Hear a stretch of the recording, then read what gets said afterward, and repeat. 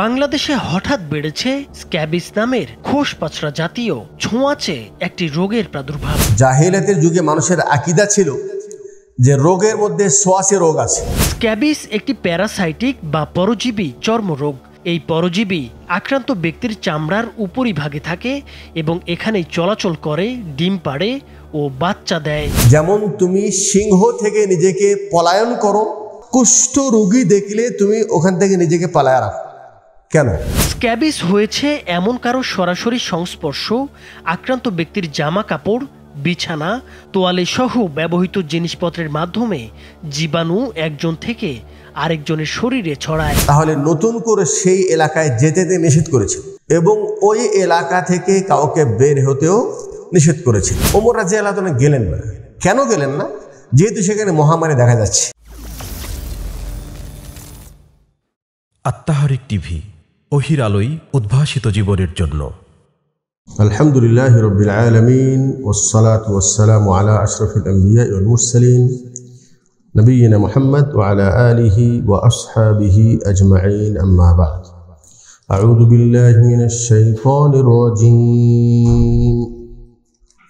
ক্বালু তায়্যারনা বিকা ওয়া বিমান মা'আক قال طائركم عند الله بل أنتم قوم تفتنون. عن أبي هريرة رضي الله عنه قال قال النبي صلى الله عليه وسلم لا عدوى ولا طيرة ولا هامة ولا سفر. رواه البخاري.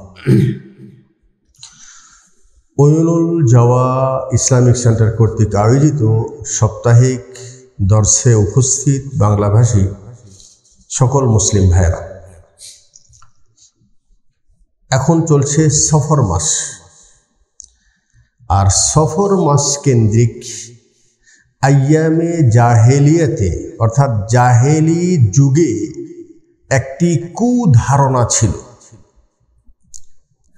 যদিও এখন মুসলিমদের মাঝে সফর মাস কেন্দ্রিক হয়তোবা ওই ধারণা নেই, কিন্তু ওই রকম বহু কুধারণা, কুফরি ধারণা মুসলমানদের ভিতর রয়েছে, যেই ধারণা সম্পর্কে মুসলিমদের সচেতনতা নাই বললেই চলে। এই জন্য যেহেতু সফর মাস আর এই মাস কেন্দ্রিক যে কুফরি বা শিরকি ধারণা মুসলিমদের মধ্যে বিদ্যমান রয়েছে, এজন্য আজকের সংক্ষিপ্ত আলোচনা এ বিষয়ে ইনশাআল্লাহ তাআলা। আমি সূরা নামলের আপনাদের সামনে 47 নম্বর আয়াত পড়েছি। এই আয়াতে মানে আইয়ামে জাহেলিয়াত পূর্বের উম্মতের ভিতরে যে কুধারণা ছিল বা তারা যে কোনো জিনিসকে কুলক্ষণ বলে তারা ধারণা করত, সেটা এখানে আল্লাহ পাক স্পষ্ট করেছেন। উম্মতেরা যখন উম্মতদেরকে নবীগণ তাওহীদের দাওয়াত দিয়েছে, তো তারা এক পর্যায়ে তাদেরকে দাওয়াতকে প্রত্যাখ্যান করতে এই কথাও বলতে কোনো দ্বিধাদ্বন্দ্ব করে নাই। বলছেন ক্বালু তায়্যারনা বিকা ওয়া বিমান মা'আক। সামুদ আলাইহিস সালামকে সম্পর্কে বলছেন, সামুদ সম্প্রদায় সালেহ আলাইহিস সম্পর্কে বলছেন যে আমরা তোমাকে কুলক্ষণ মনে করি, মানে তুমি সামনে আসো, তোমাকে দেখলেই আমরা মনে করি আজকের দিনটা আমাদের ভালো যাবে না। বলছে তোমাকে এবং তোমাদের সাথে যারা মুসলিম আছে এদেরকে দেখাটা আমরা পছন্দ করি না, মানে তোমরা যখন সামনে আসো তোমাদেরকে দেখলে মনে হয় আজকের দিনটা আমাদের খারাপ যাবে। আল্লাহ বলছেন ক্বালা তায়িরুকুম ইনদাল্লাহ বাল আনতুম কওমুন তুফতানুন। এই যে তোমাদের কোনো দিন বা দিবস কুলক্ষণ মনে করা অথবা এটা খারাপ যাওয়া, এটা আসলে তোমাদের কথা অনুপাত নয়, বরং তোমাদের কর্মই তোমাদের দিনকে ভালো বা মন্দ করবে। মূলত তোমরা ফিতনাকারী সম্প্রদায়, ফিতনার কারণে তোমাদের অশুভ লক্ষণ হবে, কিন্তু যে নবীকে অশুভ লক্ষণ মনে করছে এটা সঠিক নয়। এটা একটি আয়াতের তর্জমা আপনাদেরকে বললাম। এই প্রসঙ্গে যেটা হাদিস, প্রসিদ্ধ হাদিস, এবং এই হাদিস থেকে অনেক কিছু গুরুত্বপূর্ণ শিক্ষণীয় বিষয় আছে যেটা আলোচনা নিয়ে আসবো ইনশাল্লাহ। আল্লাহ নবী সাল্লাল্লাহু আলাইহি ওয়াসাল্লাম বলছেন যে দেখো, ইসলামের মধ্যে লা আদওয়া, আদোয়া বলতে কোনো জিনিস নেই। আদোয়া মানে হলেই রোগ ট্রান্সফার হওয়া, এটাকে কি বলা হয় বাংলায়? সোয়াশুই। সোয়াশুই রোগ বলতে কিছু নেই। ওয়ালা তাইরা, তাইরা বলতে কিছু নেই। ওয়ালা হাম্মা, হাম্মা বলতে কিছু নেই। ওয়ালা সফর, সফর মাস কেন্দ্রিক, এটা কিছুই ইসলাম সাপোর্ট করে না। লা আদওয়া বলতে আইয়ামে জাহিলাতে, একটু খেয়াল করেন, জাহিলাতের যুগে মানুষের আকীদা ছিল যে রোগের মধ্যে সোয়াশে রোগ আছে, মানে কিছু রোগ এমন আছে এই রোগটা মানুষের মধ্যে ট্রান্সফার হয়। এটা কি আসলে ইসলামের সবগুলি রোগের ক্ষেত্রে, না আসলে কি সোয়াশে রোগ বলতে কোনো জিনিস আছে? এই বিষয়টা আমাকে একটু সংক্ষিপ্ত আলোচনা করতে হবে। এই হাদিস দ্বারা কি বোঝা যায়? যে সোয়াশে রোগ বলতে কিছুই নেই। কথা বুঝে আসলো? কিন্তু একটা হাদিস দিয়ে কিন্তু সব বিবেচনা করা যায় না। অন্য আরেকটা হাদিসে আল্লাহ রাসূল বলেছেন, ফিররু মিনাল মাজজুম কামা তাফিররু মিনাল আসাদ। কোনো ব্যক্তিকে যদি কুষ্ঠ রোগ দেখো, তাহলে ওর থেকে তুমি নিজেকে দূরে সরাও, নিজেকে পলায়ন করো, তুমি ভাগে যাও। যেমন তুমি সিংহ থেকে নিজেকে পলায়ন করো, নিজেকে বাঁচাও, কুষ্ঠ রোগী দেখলে তুমি ওখান থেকে নিজেকে পালায় রাখো। কেন? কুষ্ঠ রোগ কি ওর কাছে গেলে আমার কাছে ট্রান্সফার হবে? তো এই হাদিসে কি বললো? যে কোনো কুষ্ঠ রোগ দেখলে তার কাছে যেও না। কথা বুঝে আসলো? আচ্ছা, আল্লাহ রাসূল যখন বলছেন লা আদওয়া, সোয়াশে রোগ বলতে কিছু নেই, তখন আল্লাহ নবীকে বলেছেন, ইয়া রাসূলুল্লাহ, আমরা যখন কোনো অসুস্থ উটের কাছে, কোনো রোগ, কোনো উট অসুস্থ হয়েছে, আর তার কাছে যখন ভালো উট নিয়ে যাই, তখন ওই ভালো উট অসুস্থ হয়ে যায়। এরকম হয় কি হয় না? একজনের গায়ে চুলকানি হয়েছে, ওর পাশে আর একজন ব্যক্তি যে তার গায়ের সাথে গা লাগালে, পাশে থাকলে অনেক সময় নাকি চুলকানি তার কাছেও চলে যায়। এটা কিন্তু বাস্তব। এরকম কিছু সোয়াশে রোগ কিন্তু আছে না? আচ্ছা, তো আল্লাহ রাসূল বললেন, আচ্ছা যদি অসুস্থ উটনির কাছে ভালো উটনি রাখলেই যদি সে অসুস্থ হয়ে যায়, তাহলে প্রথম যে উটনি অসুস্থ হয়েছিল ওর রোগ কোত্থেকে আসে? তার মানে কি, তুমি সম্পূর্ণভাবে এই বিশ্বাস রাখাও ঠিক না যে অসুস্থ রোগীর কাছে গেলেই সে রোগ তোমার কাছে চলে আসবে, এই ধারণাও ঠিক না। কি এতটুকু বুঝেছেন? আরেকটু বোঝার বাকি আছে। করোনা মহামারী আসলো না, তখন কি আমরা দূরে দূরে নামাজ পড়েছি? ঠিক আছে না? কেন?